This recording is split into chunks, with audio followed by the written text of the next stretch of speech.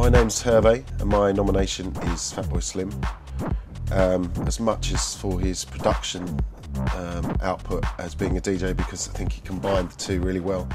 He's had hits in, I think, 3 decades, and I suppose he was an influence on me in terms of he would always put things out under different names and different styles, and I just think that kind of coming from a producer background and then becoming a DJ, he kind of conquered it both with annoying ease, several times over, and he still plays around the world to huge crowds, across, from Australia to Japan to Kuala Lumpur to, the SW4 festival that was on recently, and it's just you've got to be impressed. He's kind of one of the biggest selling dance artists ever, like electronic dance artists ever, and he's still going. And obviously I've worked with him this year, and he's still got the same the desire to find tunes and the desire to find the right tunes, and his brain still works completely like that. He doesn't just sit there and let somebody give him a load of tunes and just go and play them. Not at all. He still sifts through all his tunes, and still he has different sets for different times.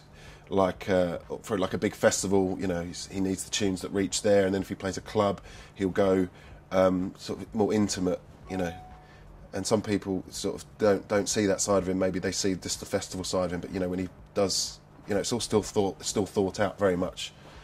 And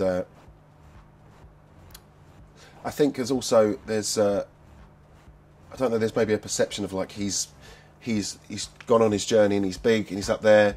So it's like, oh, he doesn't care anymore. He's up there, but it's not like that at all. He's very sort of very sweet, down to earth guy who is just interested in music. And one of the reasons the track that we did came out that way is because he just said, I just want to make an acid house record.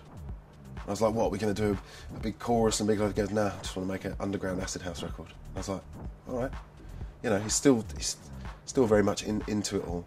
And there's a youthfulness about him that comes from, I think, being into music and being into DJing, and the sort of inquisitiveness and the creativity of making music and the inquisitiveness of searching out new music. I think it keeps a certain part of your brain active, which in turn keeps you quite youthful in your outlook. So I suppose in summation I choose Norman Cook because I suppose his influence on the way that I've set up my career in terms of being a producer but really enjoying DJing, but I think he's combined that better than anybody, being like a huge star